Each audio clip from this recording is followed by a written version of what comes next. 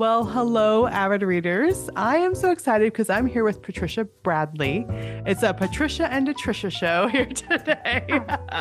We're talking about her new book, On the Edge of Trust, which is so good. I am loving it so much. But before we get into that, Patricia, why don't you just start by telling us a little bit about yourself? Oh, my goodness. Well, as you said, I'm Patricia Bradley. That's my maiden name. I had chose to not write under my married name because, first of all, no one can pronounce it, and they sure can't spell it. So, I do write under my maiden name, and that makes me have a split personality. Yes. So anyway, I write romantic suspense set in the South, and I live in the northeast corner of Mississippi. I live 4 miles from Tennessee and 35 from Alabama. So you're probably only like 2.5 hours from me. I'm in Little Rock. Okay. Oh, I'm be in Little Rock. I'm be going through Little Rock Wednesday. I'm going to ScribCon. I'm teaching at ScribCon. I'm going to be there too. Good. I'm going to be there Saturday. Yes. Yeah, I'll be there. I'll be leaving Saturday. I'll be there. I'm teaching Friday on the nuts and bolts of fiction. Okay. Wait. So will you be there Saturday morning? Yes. Okay. I'll be able to see you then. Yeah, because we'll leave probably after the last session because my daughter's coming. She has started writing. Oh, good. She wrote a romance book, and I thought, why didn't you write romantic suspense? That's all you read. And so I've been kind of critiquing that, gently critiquing it because I don't want to. Yes. Brand new writer. And so and then about 2 weeks ago, she sent an email and she had a first chapter. She said, "This is what I did today." And it was romantic suspense. And that's her voice. Oh, I love it. She did. It was so much more. She just captured the romantic suspense better. So. So good. Well, I get to meet you both next week. And then we'll come home Saturday. Sunday, we're leaving for Ocala, Florida. Oh, okay. Which is an 11-hour drive. And I will be, I'm going there. I'll be there through Thanksgiving. Okay. And how many books do you have now? What number? I just, On the Edge of Trust, released Tuesday. They never release on Wednesday. And that was book 18. Oh. 5 novellas, and I'm working on book 19. And I am loving it so much. I think I'm about 3/4 of the way. So, okay. So we have a podcaster, a true crime, a cold case podcaster. We have ex-FBI. There's a murder at the beginning, because this is, there has to be a murder at the beginning that throws them together. There's a teenage boy that's involved, but it's also this small town. Everybody knows everybody. So it's like going back to your hometown and, fish out of water, sort of, but it's her old town. I mean, there's so many layers. Neither one of them wanted to return home. Yes. Well, it actually wasn't Scott's hometown, but it was hers. But I know it's Logan Point. Scott was in the very first book I ever wrote, which was Shadows of the Past. And he played a prominent role as an alcoholic 17-year-old. So it's 10 years later. I love that. Redeem him. Yes, and he is so great. Well, you did a great job redeeming him. But okay, what I love, because my teenagers, well, not teenagers, like late teens, early 20s, they're all into those true crime. Yeah. And I remember at church, and one of my daughters at youth, when she was still in youth group, was talking with her youth leader about this true crime. And I'm like, what is up with all these true crime podcasters? It's such a thing right now because people are so curious. And then, and it's true, like in the book, some of the true crime podcasts, like they're gathering information. They're almost like investigative reporters. And they're digging up stuff that maybe kind of got pushed to the side, which is what we see Tori doing. There's also multiple people who want to hurt her, whether it's people she's interviewing from the cold case. I mean, there's so many layers, and I am loving it so much because there's so much depth, there's so much heart, there's so much mystery and suspense, and then you just love the characters. So I would just love tell me about the book and how you got the idea, and we'll go from there. Okay, well, a couple of maybe couple of years ago, I listened to Serial, which was the first really successful true crime podcast. And it was about, and I never can remember, I don't remember names, but I think it was May Lee was murdered and her boyfriend was convicted of the crime and he spent 20 years in prison. And the podcaster on Serial dug into it and uncovered information that had been pushed aside, like you said, Yeah. and it resulted in his release. And so that just fascinated me, and I thought I would love to write a story like that. And like I said, I always wanted to redeem Scott. I always wanted to go back to Logan Point. I love that little small town. So uh, when Ravel said that sounded like a good idea, I said, "Yay!" We're gonna go back. Yeah. So that's what, and I may write another Logan Point at some point, but I just love that little town. Yes, and it's so what I love. So we I grew up in California, lived in Montana. We moved to the South almost 16 years ago now. And well, of course, because you're Southern, you live in the South. It captures so much of the South. It's like the friendliness slash people just want to know your business Yeah, slash always. even if you don't want them to know your business, they know your business. I was talking to the girl who cuts my hair, or my, what do you call them now? Hairdresser? I Yes. call it a beauty shop, but Yeah. anyway. And so she was asking me some rather personal questions earlier, and I'm thinking, only in a small town. Oh, yes, exactly. And it's so funny because I remember when I first came to my hairdresser, and again, don't know anybody, just moved to this town. It's a small shop. Everyone's talking. There's worship music Yeah, blazing, and they're talking about everybody. Like it's just so like, oh, where that's the am South. I? You're in the Yeah. South. That's where you are. That's the South, and it's and then you're hearing other conversations from the other people, and they're tired. I mean, it's just so I love that you capture Logan's Point is definitely the South. There's people if you live here, there's you have Mississippi, you have Tennessee, you have all these parts woven in. You have true crime, you have podcasts, and so I love that you were able to redeem Scott. But tell us a little bit more about Tori. Thank We can't give too much away, but like just as you're building up the book, tell us about Tori. Tori, she grew up in Logan Point, but her she went away to college. I mean, she didn't hate Logan Point, but when after she went away to college, and then her mother died, and she blamed her dad for it because she had no idea that her dad was even a recovering alcoholic until the accident that happened, and she did, and he had been drinking, and while he wasn't drinking when the accident happened, he did have a hangover, and he actually blamed himself because he didn't think his reactions were fat. That they would, if his reactions had been better, it wouldn't have happened. But Mhm. it wouldn't. Sometimes an accident is just that; it's an accident. And so she has been estranged from her father and most of her family because she blames him, and Mhm.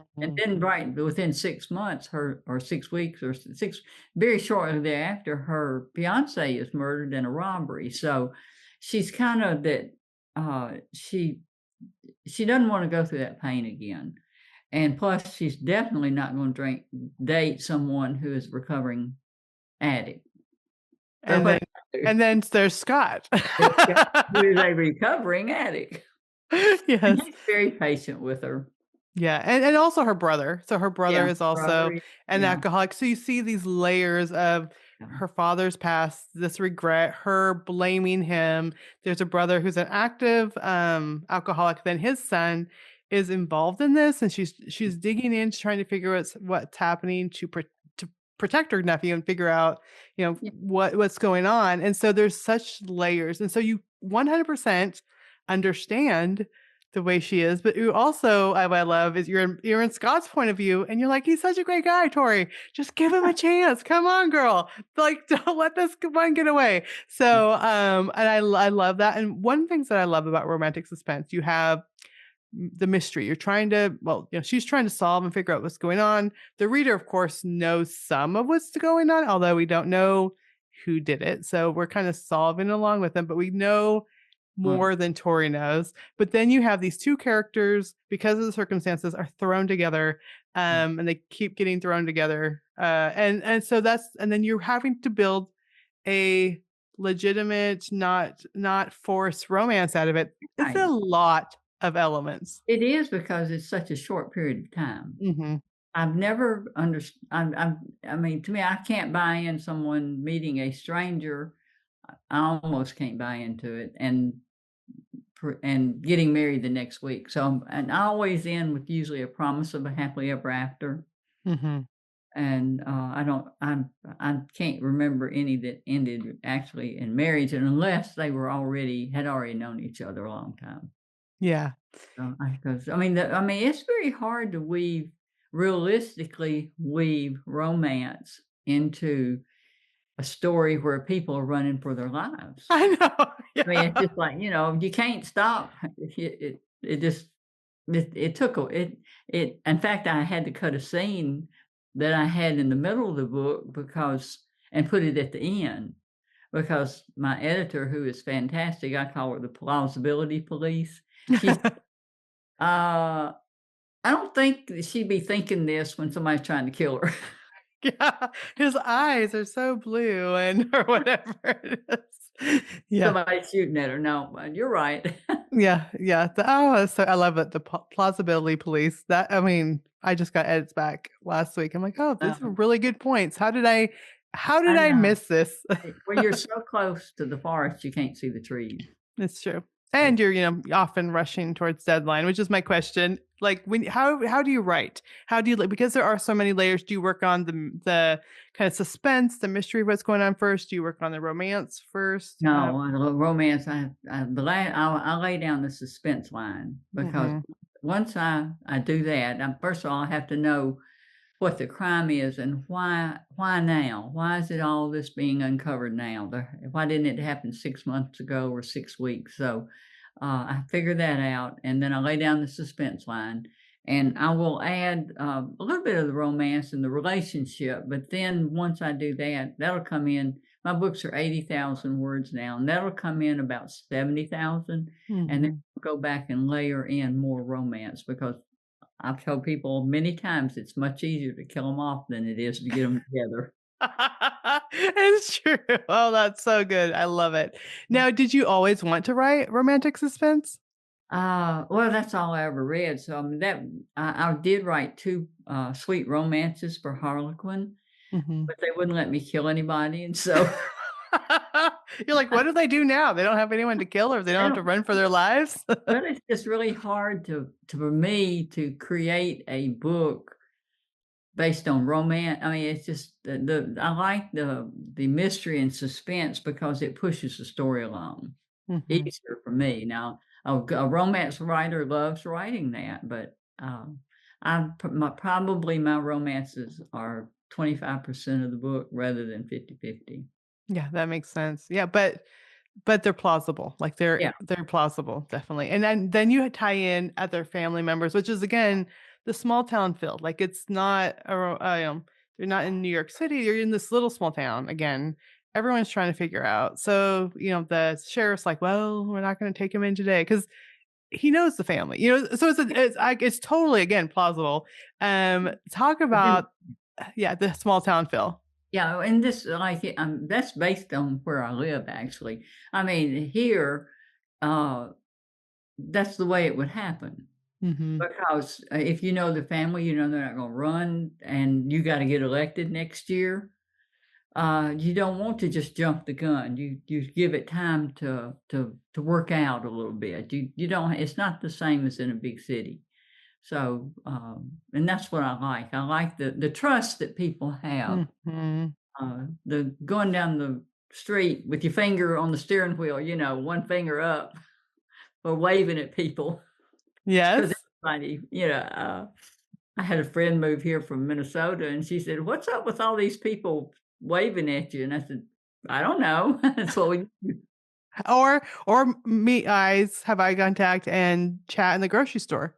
Yeah, They're just like, "How are you doing today? Oh, yeah. Do you like that? Or can you how do you make this?" Or like, I remember yeah, when I first moved down here, I'm like, "Why are these people talking talking to to me. me?" But that's what we do here. Mhm. It Yeah. really is. Yeah. Oh, it's so good. Okay, so and then also you brought in the family element. So we have the small town feel, but also the family element with this nephew. So Tori's nephew, which I mean, I have a teenage son, he's 15. And plus everyone in town knows this kid.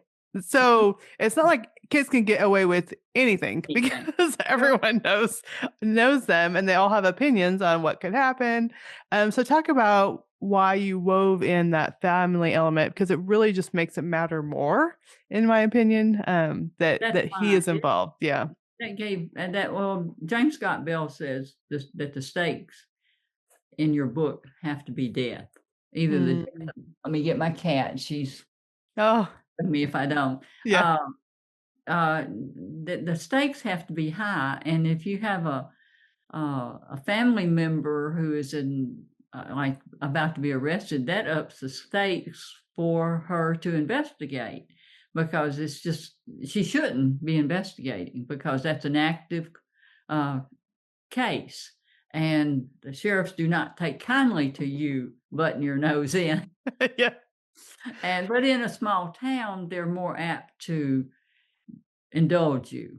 Hmm. Right. But I mean, it just they don't say welcome it, but they don't necessarily say, "No, you can't do this." Yeah, and also Tori is kind of a celebrity in their town, which I Yeah. don't think she didn't realize this at all till she Mm-mm. came back, and then people are talking about her cases that she's talking about on her podcast. She's like, "Wait, You everyone, listen to it? everyone listens to this? Like, wow." And so I think that's another layer Yeah. because she's trying to figure stuff out, but everyone knows who she is and they Yeah. know what she does and they know her they're her nephew. So I feel like everyone is also scrutinizing her. Yeah. So it was a fun book to write. I wrote it at a very difficult time in my life, and Mm, about halfway through it, when a very close friend died, and it was in a way it saved my sanity and to mhm. have it to have that deadline. But it was a harder than usual book to write emotionally. Mhm. Do you think emotionally that impacted, losing your sorry about that experience. Do you think it impacted the story at It all or did. yeah. It did because it gave me a little bit better understanding for her when she lost her fiance, Mhm. and why she might not be open to romance even 10 years later, or not 10, but about 10 years later, 7 or 8 years later. Yeah, and also maybe how losing her mom Yeah. and Yeah. her Yeah. Might unwillingness to have a forgive double her whammy. dad. Yeah. Yeah, And yeah. then being estranged from her dad, who she always put on a pedestal. Mhm, So she was doubly disappointed in him. mhm. No, and I know you talk about, this was a hard time, and as a writer, when I sit down to write, of course you're thinking of the reader and the messages to the reader, but I always feel like God shows up and shows Oh, me something. What did God reveal to you through this story? but he's enough. Mhm. That's really, I mean, that's basically what she comes to understand. I think that he's enough. That because she actually had problems with God. Mhm. She because she felt like he could have stopped both the accident and her fiance from being murdered, and he didn't. And so uh, she finally comes to an understanding of that. Yeah. That's So, so good. Yeah. I always feel like when I write the end, I'm like, okay, I needed that. I needed this story. I needed this message for my heart. And it's good that readers get that too, but we need that. and I do write for the reader, but mostly I have a story to tell, Mhm. and uh, I think about the reader afterwards. But basically, when I'm writing it, I'm just writing that movie that's in my head. Mhm. Oh, so good. And it takes so long to get that movie going sometimes. Yeah. I'm struggling right now with the book I'm writing on of seeing the whole picture. Mhm. I see bits and pieces of it, and so, I mean, I just finally at some point, you just have to start writing and it comes, but, I kinda wish that it could be like at the end where I can look back and see the movie instead of me trying to create that movie but it is playing in my head. Wow, yeah. So do you have other like, how many movies do you have playing in your head, Patricia? Is there Just lots one of right now. okay, Well, just I one right only do now. one at a time. Okay. A lot of a lot of writers can do, multiple books at the same time. No, my ADH mind will not wrap around that. Okay. So and I only get a lot of people have books in the drawer Mhm. that they wanna go back and work on. I don't. As I'm writing the book as I'm writing the book I'm writing now, a character will pop up that will be in the next book pretty well, or an idea. Although that really didn't happen this time because when I'm writing a series, Mhm, mhm. it'll happen. And I still want to tell Wade Hatcher's story uh, in Logan Point. He's the deputy sheriff. I Oh, don't think yeah. he had much of a role here, but he was dating the librarian. And so I think she kicked him to the curb. I mean, in my mind, I can see that because he wouldn't commit.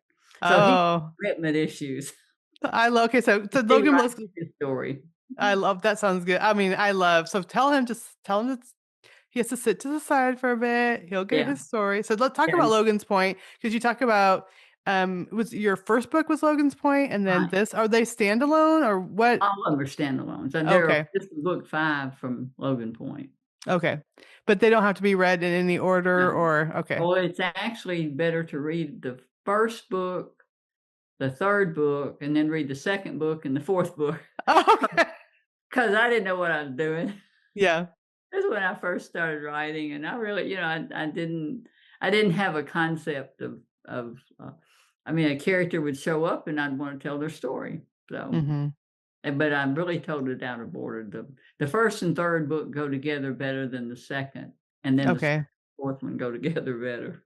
You might just need to have your publisher just like Thought about that. re switch them around. Yeah. I don't New think I like a will. new bundle. But have them Mm, put them in a bundle with this one and have the Logan Point. So, yeah, and do it 1, 3, 2, 4. yeah, exactly. I love it. Oh, Oh, so good. Yeah, and then when you do Wade's story, that'll be 6. yeah, So, that'll be 6 eventually. yeah. So the one that you're doing now, is it tied with any other books or It's a Natchez Trace book. The other books were set in Natchez, but this one is set 100 miles north of here at Hohenwald, Tennessee. The okay. Hohenwald is 10 miles off the Trace, and there's an elephant sanctuary there. Oh, really? Had no idea until I don't know. I didn't know and that. it's 3,000 acres, and they have 15 elephants that zoos and circuses have retired to there.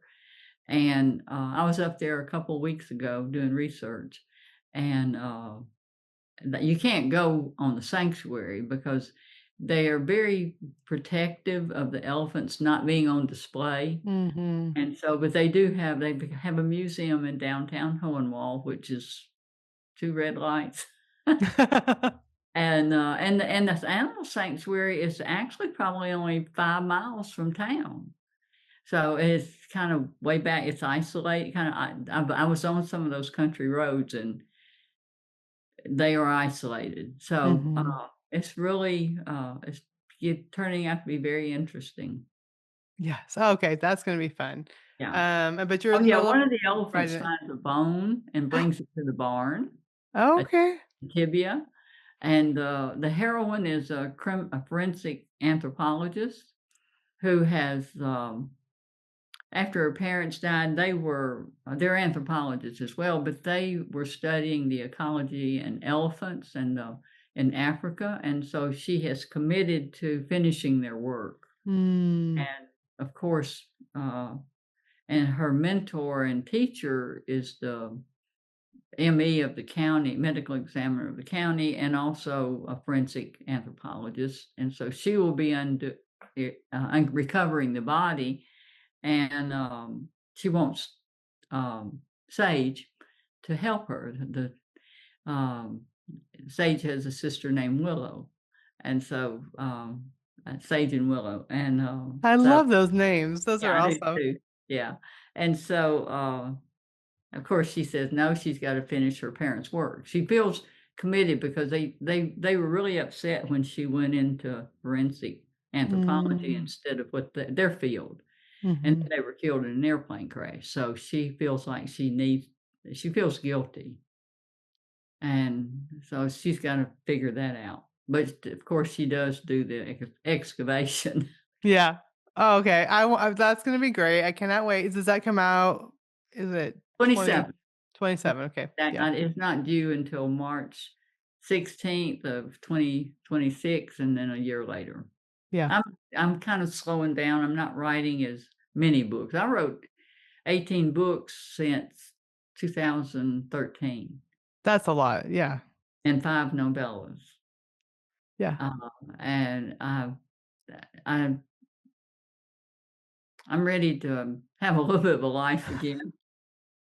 And I think people don't understand. I mean, it's always in your mind, even when Yeah, you like, I have to do even laundry, but those edits are waiting. I have to cook dinner, but I yeah. need to answer that email. There's all there's Always, always. I gotta write that blog post. I've got to do this, I've got to do that. Mhm. Uh, and people don't really understand, I mean, that writing isn't being an author isn't just writing the book, it's marketing. Even, I mean, Revell is a fantastic publisher with a huge publicity budget, and they're real good, but there's still a lot that I have to do.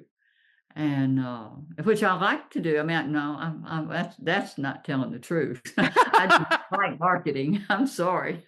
Uh, Which you but understand that you have to do. How about I do, that? and I want to, and connect with the readers. I have a blog, that, I was doing 2 a week, but I think that's more than I can do now. On Tuesdays, I have a mystery question, Mm, and I have, 3 there are 3 scenarios. Right now, it is more really dumb criminals. And so I have 3 true dumb criminal stories, and then I have to make up one. And it's really hard to make up one that's not already happened. yeah, it's so funny. So, we have that, and then, on Fridays, I was doing a book review, but it's not just that's not all I do. I also create a scripture graphic. I have a Mhm. song of the week. I do a song, and so it takes a good hour, a really good hour to do all that, and that's an hour that I could be writing. So, Yes. I know people will say, how many hours a day do you write? And I'm like, are you talking about writing? Are you uh-huh, talking about all the stuff that goes with the writing? Because writing is like this much. Everything else is like this much. that's right. Yeah. And then conferences, which I am so excited. Yes, I I am. guess. I'm going to Yeah. ScriptCon, and, if I had known what I know now, I probably would not have committed because I'm overwhelmed, but, I'm glad I'm going. I finished the PowerPoint, that I'm doing there, and, I'm sending it in just a little bit because they wanna have it already, and then, Ooh, I haven't done a PowerPoint. I mm, haven't done a PowerPoint for my workshop yet. oh, I did that. I haven't even read the email for my workshop yet. I just got home last night from a different speaking event. So. Yeah, but and that's so time consuming. Mhm. But I have worked on that a little bit at a time. I didn't just sit down. I only started it about, oh gosh, 10 days ago, the PowerPoint, because I really, and then pulling together, because I've got, I think I have an hour or and give or take, but I'm broke it down into 3 sections, dialogue, point of view, and show and tell, and maybe, uh, a few 15 minutes on each or 12 minutes on each, and then time for questions. No, now I'm wondering if I could squeeze over there for that because That's on Friday. I know I was only gonna go on Saturday, but I Yeah. might change my mind. Yeah, it's going. I enjoy teaching. I really do. Mhm. I enjoy.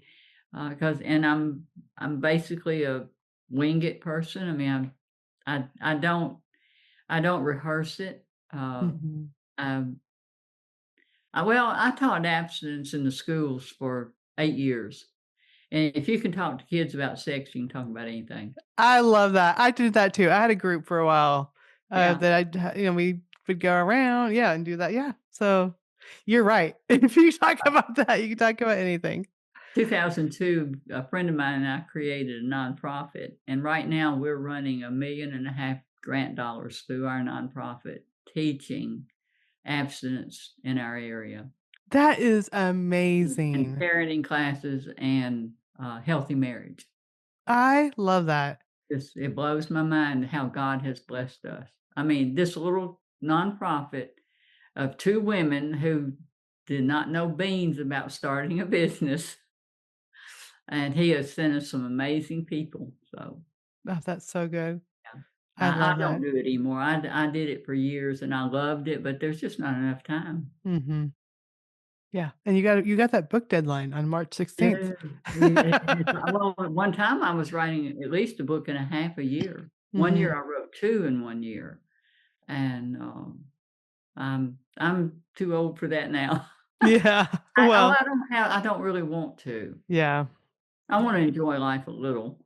That's right. Well, this one is amazing. On the Edge of Trust. If you love romantic suspense, you have to get it. I cannot wait to go. I have not read your other Logan Point ones, so I'm gonna have to go back and read 1, 3, 2, and 4. Yeah, but 1, 3, 2, and 4. In that order. And in fact, the 3, I think it was the 3rd one that my editor said, "Good job." I didn't ever guess who it was. Oh. That Ah, that was Lonnie Hull DuPont, and yes. that blew my mind that I did that. Well, I have some ideas, but I don't know, and I'm Yeah. 3 quarters through Well, the book. a lot of times I don't know till the end. Mhm. I don't start out knowing who did it. Now this time unless it changed. Now I have started out thinking I knew who it was, and at the end it turned out I was writing the reveal and I got halfway down the page and I said, "This isn't the right guy." That is awesome. It is, and so I said, "Well, who if it's not you, who is it?" And "Oh, okay." Well, then I had to go back and beef up his part, Mhm. because it didn't fit who it was, so Mm. and, but that was and by the way, I have now joined, the Kill Zone, and anyone who writes romantic suspense should read that blog. Okay. Yeah, James Scott Bell does a Sunday teaching, and, there's, John oh gosh, I can't remember his last name, but there are a lot of really good authors who are on there. Kate Diaba Kate K. Diabianca, does one. Sue Coletta. These are all, suspense, not necessarily all Christian, Right. write for Christian public I think they're all but they don't write for Christian publishers. They only Mhm. write general fiction. But Debbie Burke, let's see, oh, I can't right now, my brain's Well, dead. we're gonna put the link in the show Yeah, notes because that okay, sounds amazing, and I love those types of resources. I also love this community where yeah. we just support each other and come Me too, together. Yeah. it's so different from the general fiction because 'cause I've been in both. I've been in RWA and I've been in ACFW, and there's a world of difference in the 2. Yeah.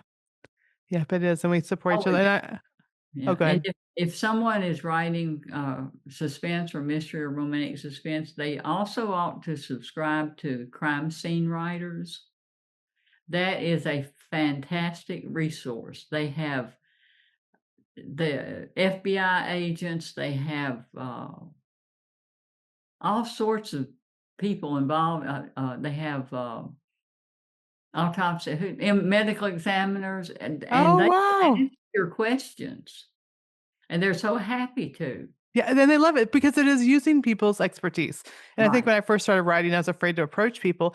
They love Oh, talking they do. about what they know and what they experience. I was just at this conference in New York with culinary professionals, and Ooh, I'm sharing a car with people that own restaurant, a well-known, and they just love talking about it, and just it's amazing when people are able to share what they love. So we're gonna put it down: the Kill Zone Crime Scene Writer. Is that what it was? Crime Scene I'm Writers. writers. It's a group.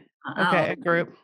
And then ACFW, if you don't know, is American Christian Fiction Writers, and they're a wonderful organization also. So we will definitely put these links in the show notes. And where can people go also to find more about you and all your books? Okay, that'd be ptbradley.com. I have pretty good size blog. I mean, pretty good size website, and my blog is on it. Yeah, and that I love how you're doing. I got to go read the dumb Oh criminals yeah, one because it is so. I love doing those because first of all, I only have to make up one, yeah. and I laugh. When you see these dumb criminals and you think, how could they not know?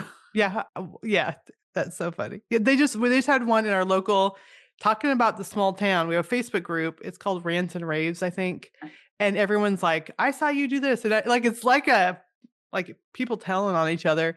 They Huh? had someone went and stole deer cameras and a deer stand, but he walks right up to it. And the camera's filming, and then he takes the camera, but they have his images as he's stealing the cameras. And I'm like, and then they post them on this Facebook page because they're in the South. Everyone has to know what everyone's doing. Oh, but Patricia, thank you so much for being here. This is I need to go do my laundry so I could listen to my audiobook because that's how I get through books. I listen oh to the gosh, audiobooks. I read. I listen to them when I travel, and I'm traveling quite a bit now. So I've listened. I didn't think I could because Mm-hmm. I'm so ADHD. But driving, I'm a captive audience, Yes. and I love it. It makes the time go so much shorter. Yeah.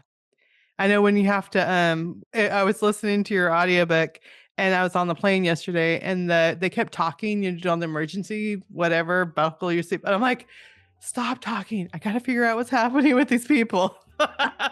I've actually said when I get to my destination, sit there till I can at least finish the scene. Yeah, exactly. Oh, so good. Well, Patricia, thank you so much for being here today. And we'll put all this information in the show notes. Thank you so much. It was fun being here. It's always fun being on your podcast. Oh, I enjoy it too.